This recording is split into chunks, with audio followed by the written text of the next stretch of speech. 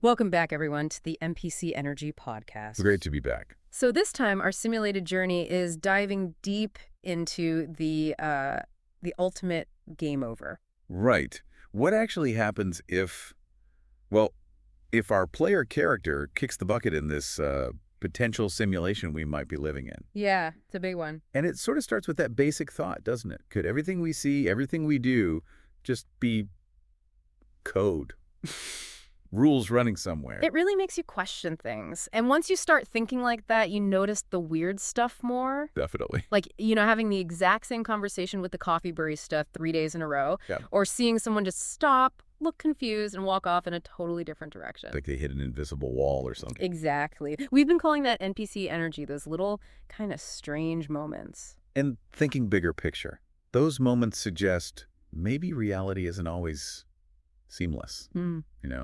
Maybe they're tiny glitches. For sure. So today, the really huge question.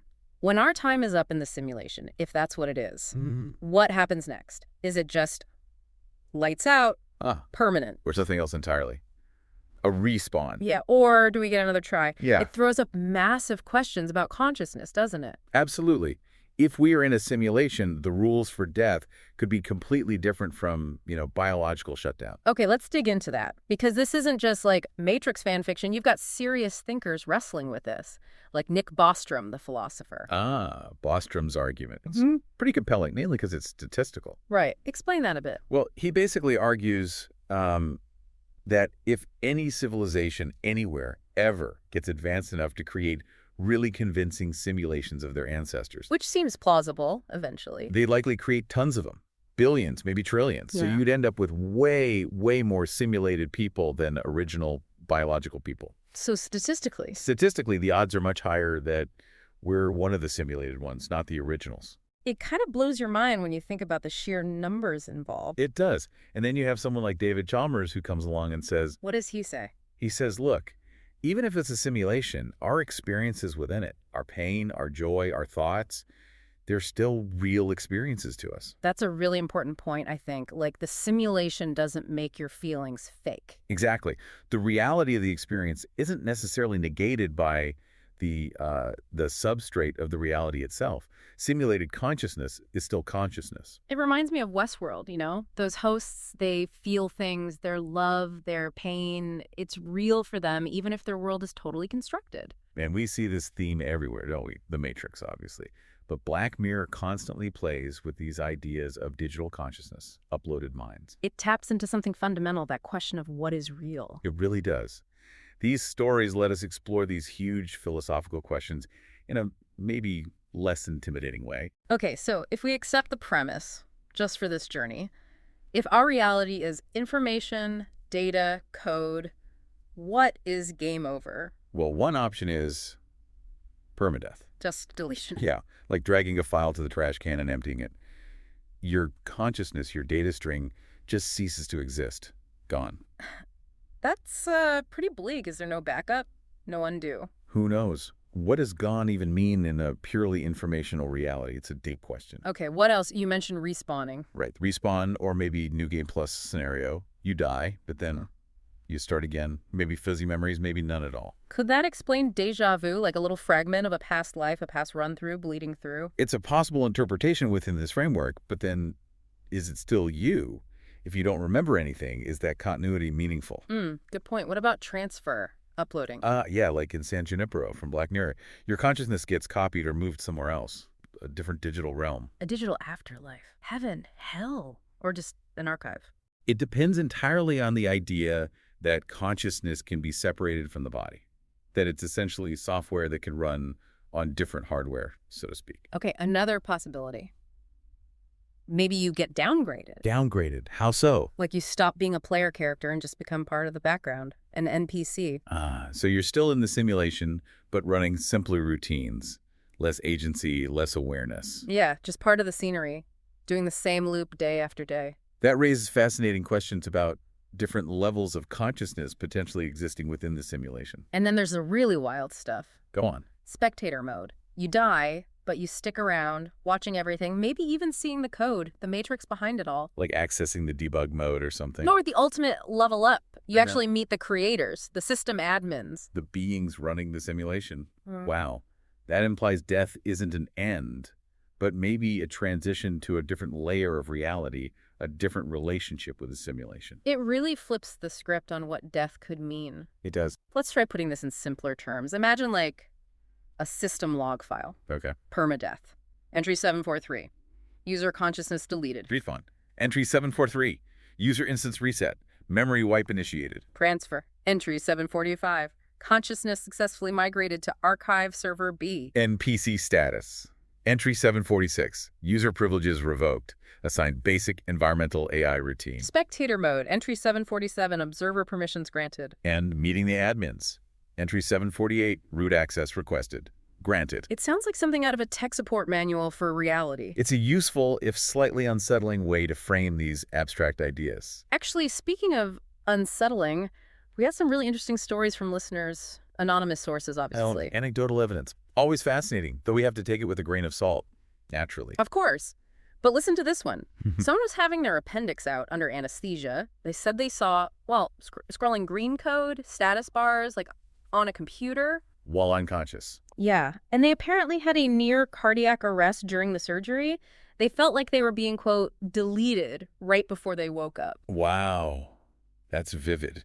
The brain does strange things under stress and anesthesia, but the specifics there, code, deletion, it aligns eerily well with simulation ideas. Doesn't it? Okay, here's another. Someone in a sensory deprivation tank.